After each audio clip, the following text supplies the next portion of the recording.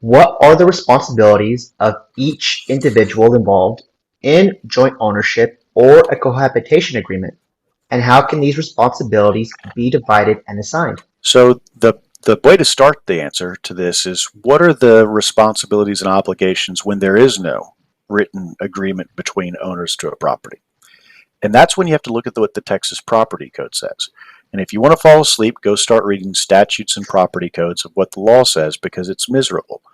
But the law says that if you are 50-50 owners, then someone has complete right to enter, live in, and use the property in an entirety undivided interest. It's a 50% undivided interest in the property.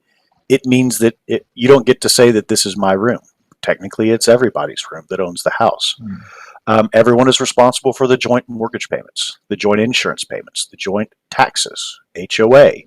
All of those payments are joint for both parties. Um, More important than that, either party can file a suit for partition. Suit for partition is asking the court to divide up the property, if it can be divided up, which most residential properties cannot. And so if it can't be divided, and what I mean by that is, if you have 10 acres, you draw a line down the middle and you have 5 and 5. Well, if it's not acreage and you have a home, then you have to sell it. And so you get the right to file a suit to get your liquidity out of the property. And so when you have a joint ownership or a cohabitation agreement, you seek to not only limit those rights, but assign those rights. Almost Hmm. every agreement for a cohabitation is going to have either equal or proportionate responsibilities for mortgage, taxes, insurance, and other repair obligations. It also is going to have joint equal or proportionate rights to all the appreciation, principal paydown, and equity in the property. The things that it's not do is try and dictate who gets to go. It takes away that right to partition. And by taking away the right to partition, it gives a little more certainty on how we disentangle from this relationship. For a joint ownership agreement, which is when you're not in a relationship, you have less of these concerns about a breakup. Um, you assign who's responsible.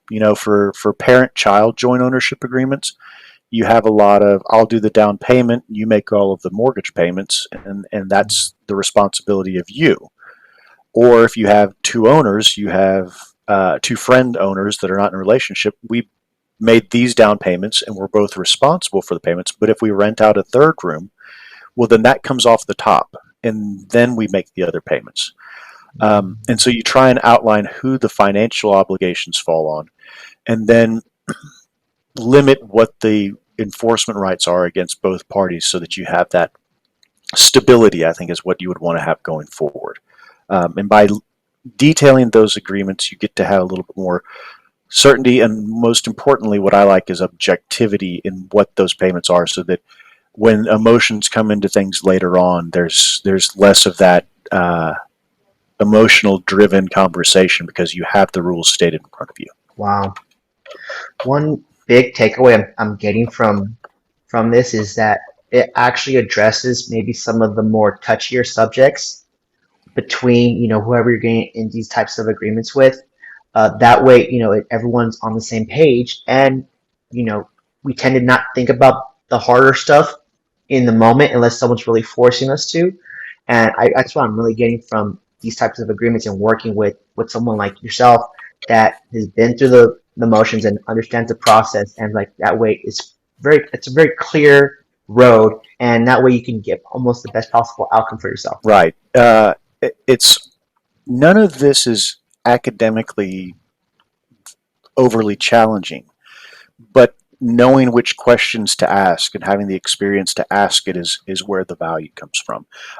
And I think also, to piggyback on what you just said, having someone be the bad guy to talk about, hey, you cheated on me and we're breaking up. Well, what do we do about the house, right? Who's going to have that conversation?